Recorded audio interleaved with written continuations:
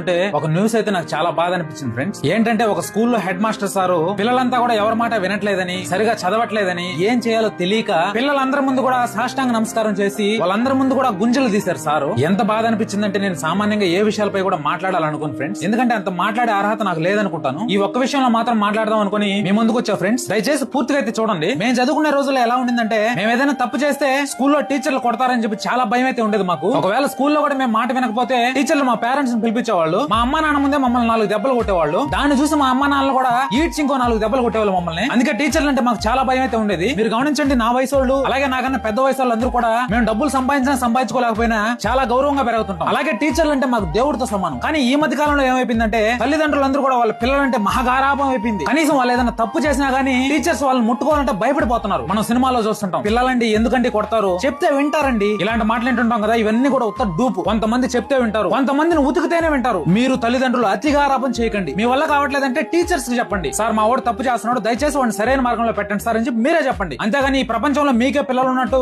వాళ్ళని తీసుకుపోయి మీ నెత్తిని పెట్టుకుని అయితే పెంచొద్దు. అలా చేశారంటే వాళ్ళ జీవితంలో దేనికి పనికి రాకుండా పోతారు. నేనేమనుకుంటానంటే, పిల్లల్ని మందలించడం అనేది టీచర్స్ కుంటే ఒక ప్రాథమిక హక్కు అని నేను అనుకుంటా. కొంతమంది సైకో టీచర్లు కూడా ఉంటారు, వాళ్ళ గురించి నేను మాట్లాడట్లేదు. ఇప్పుడు ఈ సార్నే చూడండి, ఆ పిల్లల్ని పట్టించుకోకపోయినా సరే ఆయన జీతం అయితే ఆయనకు వస్తుంది. కానీ ఎలాగోలా వాళ్ళని బాగుపరచాలని చెప్పి వాళ్ళందరి ముందు సాష్టాంగ నమస్కారం చేసి వాళ్ళందరి ముందు గుంజలు కూడా చేస్తున్నారు సార్. ఎందుకు ఇలా చేస్తున్నారంటే ఆవేదన. వాళ్ళని ఏం చేయలేని స్థితిలో ఏ తప్పు చేయకపోయినా సరే చిన్న పిల్లల మధ్యలో గుంజలు పెడుతున్నాడు సార్. దయచేసి పేరెంట్స్ మారండి. నాకు అనిపించింది చెప్పా ఫ్రెండ్స్. దయచేసి నేను చెప్పిన దాంట్లో ఏమైనా తప్పుంటే క్షమించండి. దయచేసి మీరైనా అతిగారాపం చేయకుండా పిల్లల్ని కాస్త భయంగా పెంచండి.